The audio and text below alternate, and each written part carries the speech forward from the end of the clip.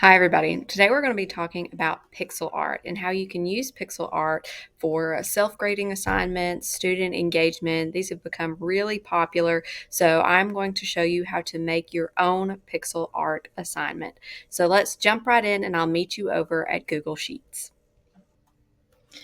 So first here, I'm going to show you a template that I got from Lindsay Bowden. You can download this template from her website. If you go to lindsaybowden.com/guide, you can get a great step-by-step guide for how to create these pixel art assignments and templates. And you'll also have access to this blank template that you can copy and just edit on your own.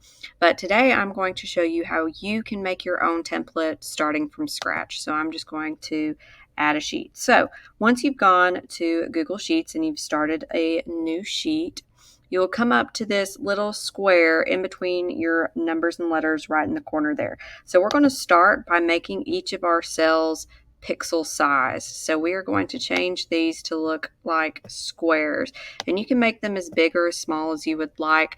The smaller you make them, the more detailed of an image that you can create.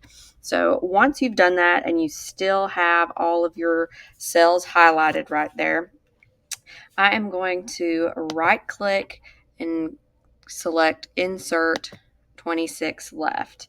And I'm going to do that 2 times. That just gives me a bigger space to work with so I can make a bigger image and I don't have to worry about running out of room. So we've gotten all the pixels that we need. Now we are going to add sections. So we're going to do that by merging cells. So up at the top, I'm going to select however big of a size that I want to use for my direction box. And then I'm going to come up to this button right here at the top that says merge cells of my toolbar. So now I can type in that one big box. So I'm going to go ahead and write my directions.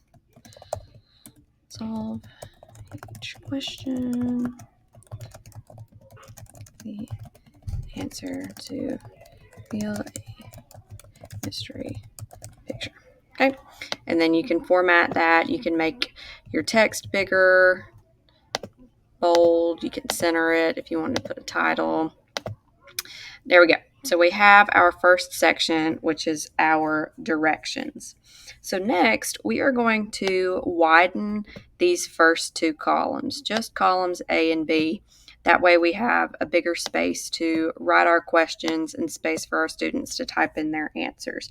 So I'm going to make another section with like a little T-chart to put my questions and answers in. So you can make bigger text boxes by merging cells. So if I just want to merge these 2 cells, and then I can type question, and then I'll merge these 2 cells, and this is where I'll have answer. I'm going to change those to size 20. Okay. So you can do that for the rest of your T-chart with your questions and answers if you want to. I'm also going to add a border around my questions. So I'll come up to this border and I'm going to put a border around each individual box. So now I have where my questions and answers will be.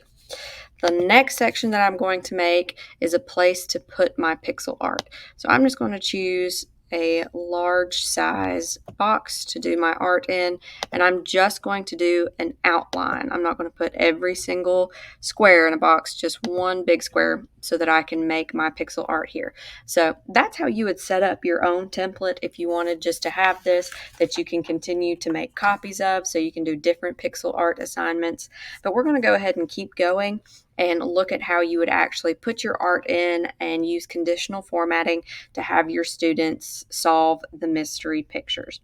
So once you're at this point, you can start adding your art. I'm going to set a background color. So you just choose whatever cells you want to change the color of. If you want to select more than one cell, you can hit Control and then just start clicking. We're going to try to do a little heart here. And then once you release, you can pick your color. I'm just going to do a couple other shapes so we can look at how to do multiple colors. I'm going to select. There we go. So drawing the picture might be difficult. You can get some pixel art pictures off of Google. Cross stitch patterns are really good for helping you create your own pixel art. So now that we have our art, we're going to go ahead and put our questions in. So I'm just going to put in some quick, easy questions for us to use. You will have to have at least as many questions as you have colors. So since I have 4 colors in my pixel art picture, I'm going to have at least 4 questions. And you can have more than that. You just have to have at least that number of questions. And you can also do numerical answers or written answers. I'm going to show you how to do both of those, so it doesn't really matter what kind of questions you have in there as long as students are able to type the exact answer in.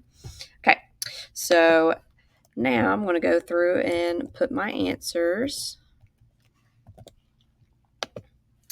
And we need to format the picture so it appears as students type in the correct answer. So first, we're going to select the pixels of the same color by clicking the cells while holding Control if you're on a PC or Command if you're using Mac. So just like I showed you when you were changing the colors, we are going to select the ones we want to change. And I don't need that one. Just around the picture.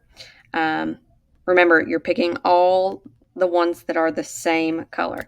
So now we're going to come to format and we are going to choose conditional formatting, and it's going to open a toolbar over to the right. So I've got all of my pixels chosen. So now when we go to format, we're going to put in a custom formula. So we want to type in a formula that will make it to where when 2 plus 2 equals 4, that these purple squares will appear. So the answer that I'm looking for is in box B9. So when I come over to my custom formula, I'm going to type it in. You have to start with your equal sign and then a dollar sign. And we said it was B, another dollar sign, 9. So when B9 equals 4, then it is going to change those pixels to purple. So we've gotten that custom formula done for our purple cross here. So while you still have these pixels highlighted, you're going to go back and change all of them to white. This helps you keep up with which squares you have already formatted. And I let go, so I'm going to have to go back and click all of my squares that I need changed to white. So when my box is empty, that's white space. If I put the wrong answer in, if I put 8, nothing happens. No color is added. If I put the correct answer in, answer 4, then my color appears. So I'm going to take my answer out. I know I've already formatted those colors. So you're going to do the same thing for your other colors on your picture. So if I just wanted to do this section to reveal as green when I do 3 plus 3, I don't have to select every single green one. This would allow me to have more questions. So I'm going to find what box that is. That would be B10. So I have these selected. I'm going to conditional formatting, custom formula equals $B $10 equals, and when I get my correct answer of 6, I want to change that to this color. Done. So now if I take my answer out, I've reset those back to white. When I put my correct answer in, it'll change those that we have formatted to the color that we have selected. So you're going to repeat that whole process for your entire pixel art image. All right, so lastly, I'm going to show you what it looks like when you have a completed pixel art assignment. So if I go through and I am the student answering my questions and I put my answers in, my picture is slowly going to start being revealed.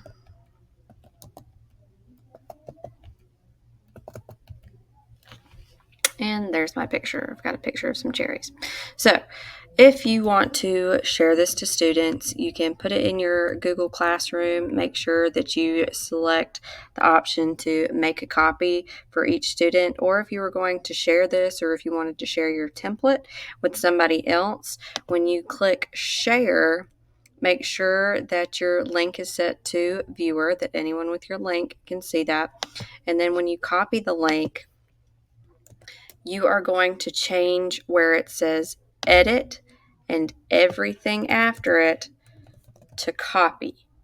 And this is the link that you want to share with people, because once you do that, it's going to make a force copy of it so they can't edit your original document, that it will just be copied to them and they can edit their own.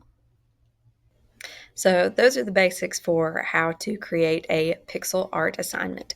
I did forget to show you what it would be like if you had a question that required a written response, like in Word format rather than numerical.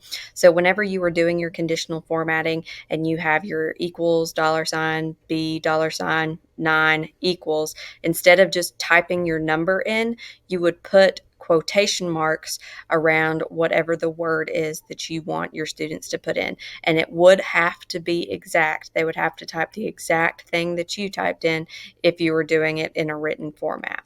So I'm going to also include links in the description of where you can get the written guide from Lindsay Bowden.